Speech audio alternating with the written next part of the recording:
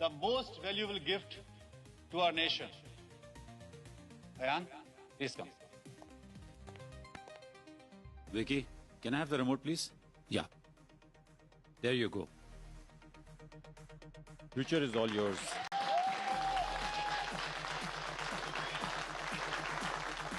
Introducing the new booster.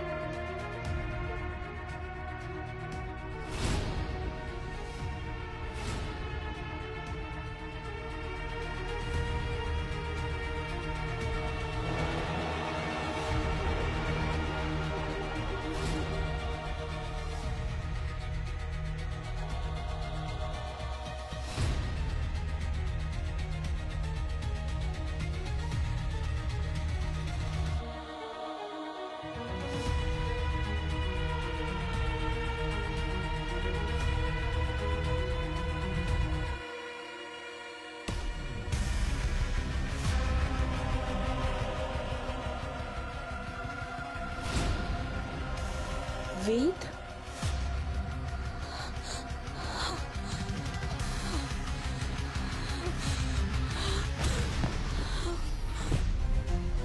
Devika, कौन?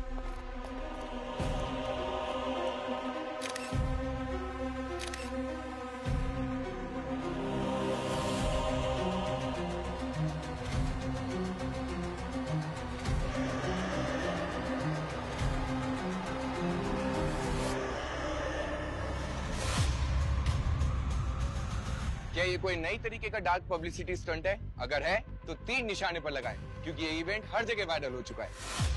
आमतौर पर कार के साथ उसके फीचर्स लॉन्च होते हैं, लेकिन बूस्टर के साथ लॉन्च हुई है उसकी ड्राइविंग सीट पर बैठी हुई एक डेड बॉडी। आज जहां पर बुकिंग्स के लिए कस्टमर्स की लंबी लाइन होनी चाहिए थी, आज वहीं पर आई हुई है CID की टीम।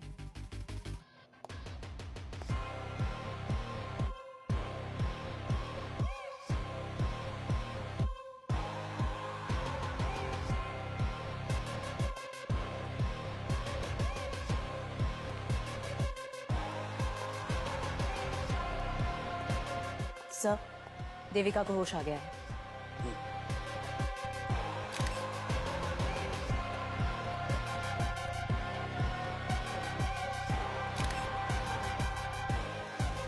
सर, जब हमने पहले बॉडी को देखा था तो एकदम चट्टान जैसे कड़क थी। अब देखिए सर, धीरे धीरे इसका रंग रूप बदलता जा रहा है। लगता है बॉडी फ्रोजन थी पंकज, जबरदस्ती कार में बिठाया गया है। 20 साल पहले वेद गायब हुए थे और आज अचानक से ऐसे यूं। वेद आपके क्या लगते थे? इनके पहले पति थे और मेरे कजन। सर, वो वेद जैसे दिख रहे हैं, वो वेद नहीं है।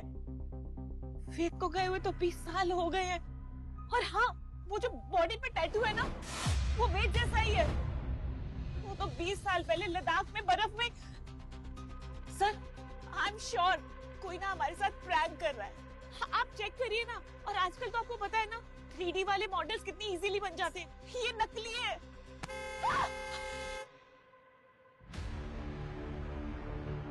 सर, बॉडी काफी तेजी से डिकम्पोज हो रही है। इसके पहले कि हमारे यहाँ सिर्फ हड्डियां ही बचे, बॉडी को फटाफट फोरेंसिक लैब भेजने का इंतजाम करो।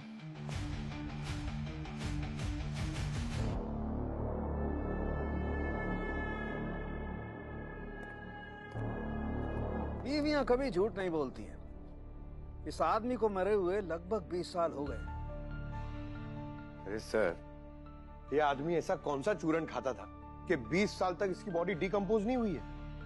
पंकज, मैंने इस आदमी के मसल टिश्यूज और ब्लड सेल्स बहुत अच्छी तरह से चेक किया, और जिस तरीके का माइक्रो बैक्टीरिया इसकी बॉडी में मिला है उससे साबित होता है कि इस आदमी की लाश किसी ऐसी जगह पर दबी हुई थी जहां चारों तरफ बर्फ ही बर्फ थी, एकदम ठंडा इलाका। क्या? हाँ, ऑलमोस्ट -20 डिग्री टेम्परेचर।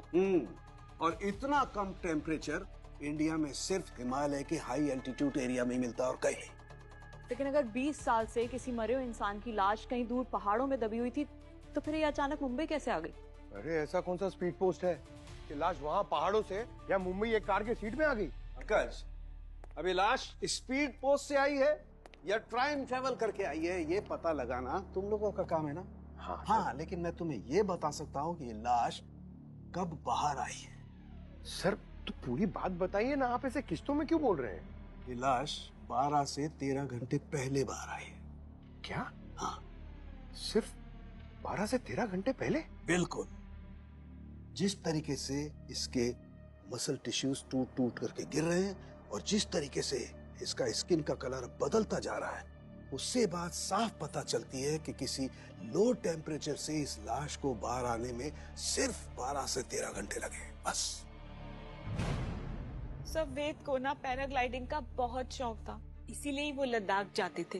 वहाँ पर कोई कंपनी थी जो पैराग्लाइडिंग करवाती थी।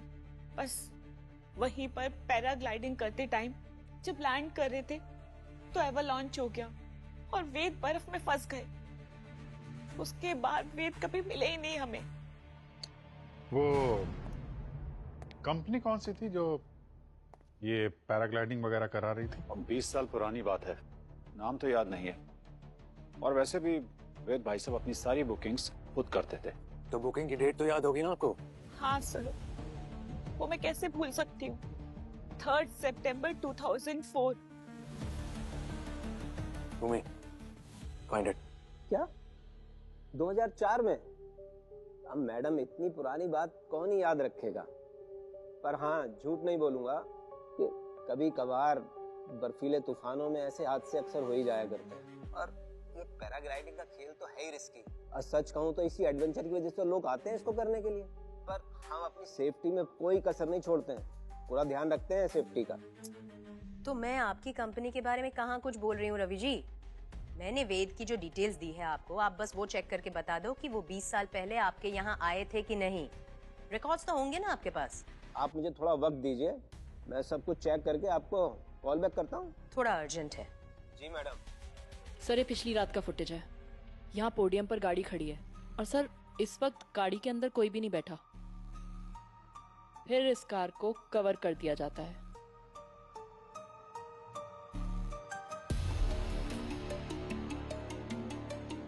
और फिर आज सुबह यहाँ जब इस कार को अनकवर किया जाता है, सर देखिए, वेद की लाश ड्राइवर सीट पर बैठी मिली है।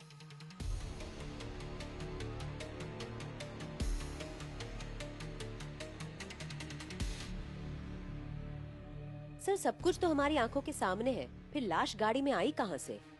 अपने ये सीसीटीवी के साथ किसी ने छेड़खानी तो नहीं की? लगता तो नहीं है सर। हेलो जी मैडम। मैडम, मैंने चेक किया, वो वेद उस दिन आया था हमारे कैंप में। 3 सितंबर को ही आया था 2004 में। लेकिन वो उस दिन पैराग्लाइडिंग वाले टाइम वो तूफान में गुम हो गया था और उसको ढूंढने के लिए सर्च ऑपरेशन भी चला 2.5-3 हफ्ते तक। लेकिन वो बेचारा अब तक मिला ही नहीं है, पता नहीं कब मिलेगा। बेचारा मिल गया है आज ही। हाँ? मिल गया? कहाँ से मिला? मुंबई में। मुंबई में? So for now it's confirmed कि 20 साल पहले वेद लद्दाख के एक एवलांच में कहीं गायब हो गया। फिर 20 साल बाद वो यहाँ मुंबई के शोरूम में कैसे पहुंच गया, वो भी एक लाश बनकर। चलो लेट्स अज्यूम फॉर नाउ कि ये लाश हमसे कुछ कहना चाह रही है, लेकिन ये लाश खुद चलकर तो नहीं आई होगी ना यहाँ पर, किसी ने तो किया होगा। We need to find these answers.